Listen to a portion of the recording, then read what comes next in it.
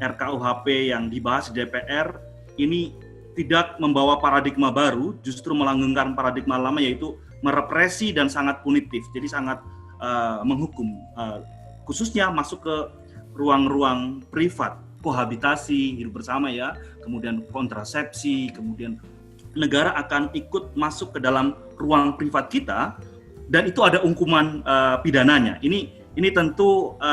cukup meresahkan, karena kalau kita melihat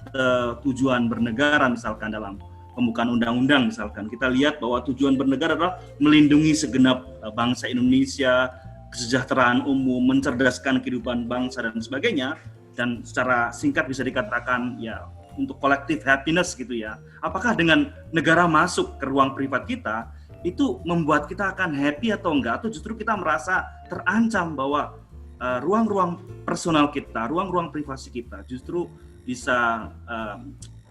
diadukan gitu, ada delik aduan yang tidak hanya kepada party concern, tapi juga ada elemen yang kalau di dalam pasalnya kita lihat ada misalkan kepala desa bisa melaporkan dan sebagainya. Apakah memang dengan segala pasal-pasal yang bermasalah itu KUHP ini adalah sebagai alat untuk misalkan mempersekusi kelompok tertentu, atau dalam hal ini paling rentan adalah yang kelompok rentan gitu ya, atau untuk mempromosikan kepentingan golongan tertentu gitu yang emang bersikeras pengen ini terus disahkan, apalagi di tengah pandemi seperti ini, atau buat mereka untuk ibaratnya nyibukin diri aja gitu sebagai pejabat bahwa ini gue udah kerja nih gitu. Permasalahan atau yang terjadi di ranah privasi itu, apalagi kalau semuanya itu terjadinya konsensual, jadi saling tahu gitu, saling memberikan konsennya, dan juga di tingkat adult gitu, dewasa, jadi dinilai memang sudah bisa membedakan mana yang benar dan mana yang tidak untuk diri sendiri.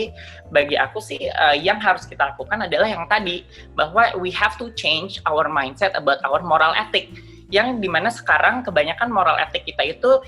dilihat secara subjektif dari sudut pandang perspektif tertentu, dan kebanyakan kalau aku boleh sebut adalah dari perspektif agama dan agamanya tertentu juga, dan kalau aku pribadi pranegara cukup tidak perlu masuk terlalu detail kepada ranah privat, tapi cukup untuk mengakui bahwa there are differences, atau bahwa ada kebebasan-kebebasan